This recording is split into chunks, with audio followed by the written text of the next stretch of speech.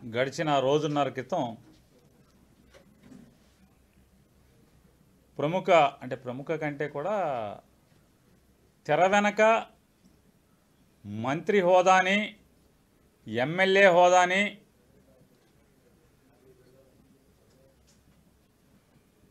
మచిలీపట్నంలో లెక్కకు మిక్కిలిగా అనుభవిస్తున్నటువంటి గొర్రెపాటి గోపీచంద్ గారు ఆయన ప్రెస్ మీట్ పెట్టి మాట్లాడారంట. నాకు హితులు, సన్నిహితులు, మా పార్టీ ప్రజాప్రతినిధులు వీళ్ళందరూ కూడా డిఫాక్టో మంత్రి గారు, డిఫాక్టో ఎమ్మెల్యే అయినటువంటి గొర్రెపాటి గోపీచంద్ గారు చాలా విషం చిమ్మాడన్న నీ గురించి అని చెప్పి మా వాళ్ళంతా చెప్పారు. ఏం చిమ్మాడయా అని అడిగాను. అడిగితే మాచవరం అదే మన బైపాస్ రోడ్లో దేవుడు ఆస్తి కొట్టేశావంట,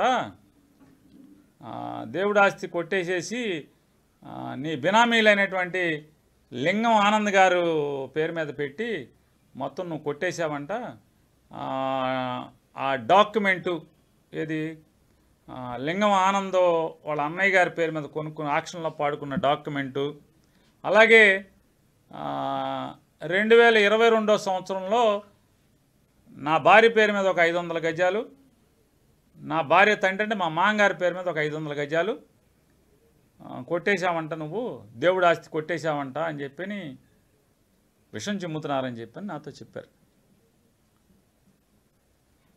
నేను వారి చిమ్మిన విషయానికి లేదా కనీసం సాక్ష్యాధారాలను కూడా పరిశీలించకుండా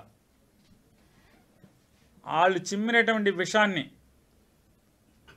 నా మీద క్యారీ చేసినటువంటి ఎవరెవరైతే చేశారో వారికి కూడా సమాధానం చెప్పాలి, వాస్తవాలు చెప్పాలి. కాబట్టి మరీ ప్రత్యేకించి బందర్లో ప్రజలందరికీ కూడా చెప్పాలి. కాబట్టి ఈరోజు మీ అందరినీ కూడా కలుసుకోవడం జరిగింది. ఇప్పుడు వీళ్ళు చెప్పేటువంటి బైపాస్ రోడ్లో 2 స్వాముల వారి ఆలయాలకు సంబంధించినటువంటి ఆస్తులు ఉన్నాయి. ఒకటి శ్రీ విశ్వేశ్వర స్వామి వారు మాచవరంలో విశ్వేశ్వర స్వామి వారిది ఒక 7 ఎకరాల 50 సెంట్లు, దాన్ని ఆనుకున్నటువంటి మరొక స్వామివారు ఆర్పేటలో వేయించేసి ఉన్నటువంటి శ్రీ రంగనాయక స్వామివారి సంబంధించినటువంటి మరొక 8 ఎకరాల చిల్లర ఎంతో స్వామివారి ఆస్తి. ఈ 2 ఆస్తులు పక్కపక్కనే బైపాస్ రోడ్డు ఫేసింగ్లో ఉంటాయి.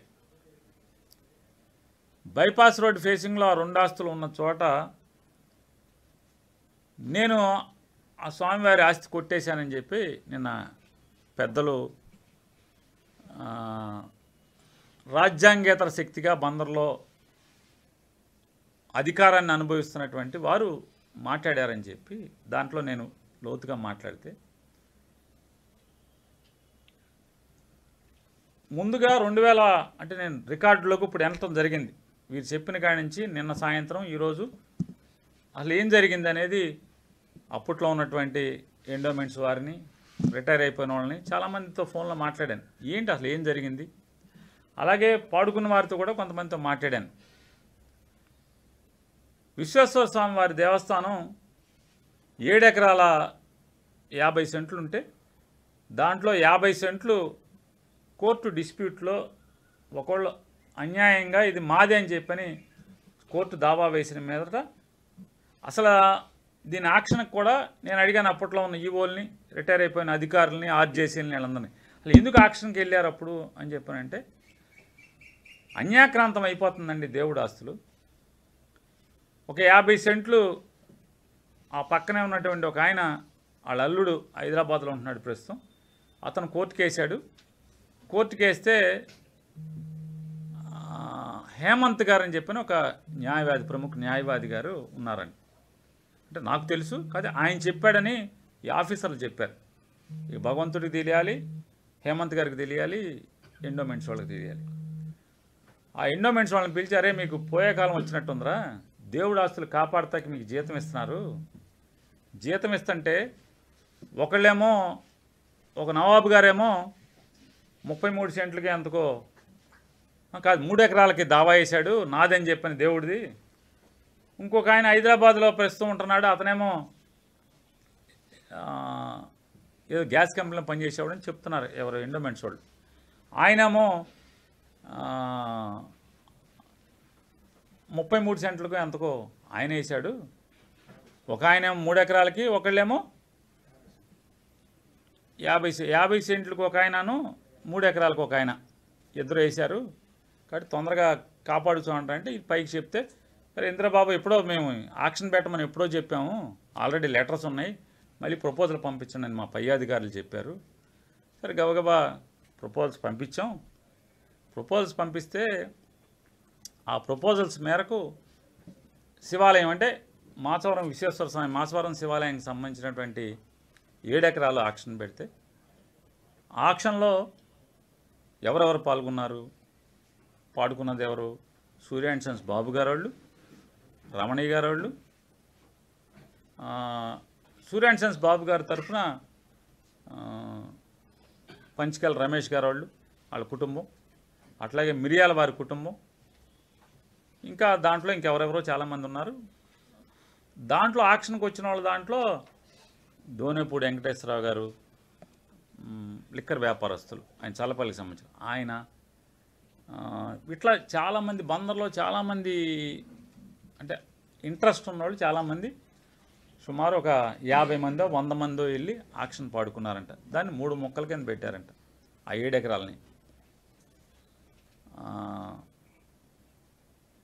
7 ఎకరాలు దాన్ని పెడితే ఆ 7 ఎకరాలని పాడుకున్నారు. 2005లో అయిపోయింది. అలాగే 2006లో రంగనాయక స్వామి వారిది కూడా ఆక్షన్కి వచ్చింది. ఆక్షన్కి వస్తే బహిరంగ వేలంలో దాంట్లో కూడా చాలామంది పాల్గొన్నారు. ఆ చాలామంది పాల్గొన్న దాంట్లో పాల్గొన్న తర్వాత ఇంకా దాంట్లో ఇంకా విషయాలకు వస్తాను. పాల్గొన్న దాంట్లో లింగం రమణమూర్తి అని ఆయన ఒక 2 ఎకరాలు, అట్లాగే సంగా మధుసూదన్ రావు గారు అండ్ పార్టీ ఆయన ఒక 2 ఎకరాలు, గూడూరుకు సంబంధించిన ఆయన ప్రస్తుత ఎంపీపీ గారు అనుకుంటా వైసీపీలోనే. మేకల సుబ్బారావు గారు అంటే ఆనంద్ గారు, మన సుబ్బన్ గారు వాళ్ళ ఫాదరు, మేకల సుబ్బారావు గారు వాళ్ళ కుటుంబం అంతా కలిపి వాళ్ళకి 1 ఎకరా 33. వీళ్ళందరూ ఎవరికాళ్ళు పాడుకున్నారు. పాడుకుని ఆ పాట పెట్టిన వాళ్ళు ఎవరయ్యా అంటే అప్పటి ఆర్జేసీ రీజనల్ జాయింట్ కమిషనర్ గారు వచ్చి ఆయనే పెట్టాడు పాట.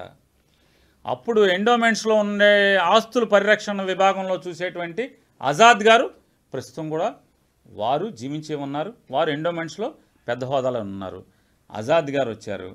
అలాగే అసిస్టెంట్ కమిషనర్ గారు ఒక ఆయన పోలిరెడ్డి గారు ఏదో అని చెప్పారు, అప్పుడున్న ఎండోమెంట్స్ జిల్లా ఆఫీసర్ ఆయన, ఆర్జేసీ గారు, హెడ్ ఆఫ్ కమిషనరేట్ నుంచి ఆజాద్ గారు, వీళ్ళందరూ వచ్చి 2 ఆస్తులు కూడా వీరే బహిరంగ వేలం పెట్టారు.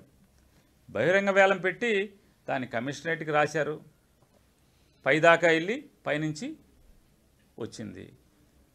అలాగే ముందుదేమో ఆక్షన్ అయిపోయింది, అన్నీ అయిపోయింది. రెండోది కూడా ఆక్షన్ అయిపోయింది.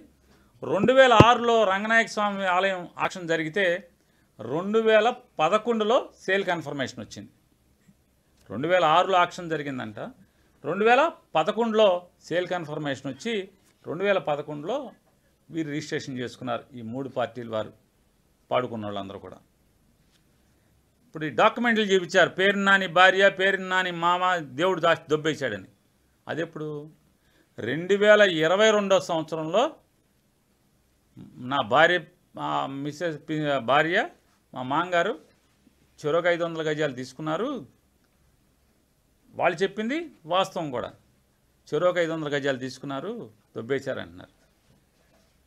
2006 ఆక్షను, 2011లో సేల్ కన్ఫర్మేషను, 2011లో రిజిస్ట్రేషన్ అయింది, 2022లో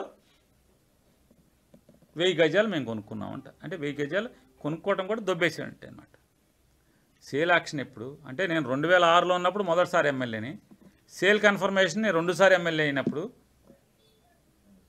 3ఓసారి ఎమ్మెల్యే అయినప్పుడు నేను కొనుక్కున్నానంటారు.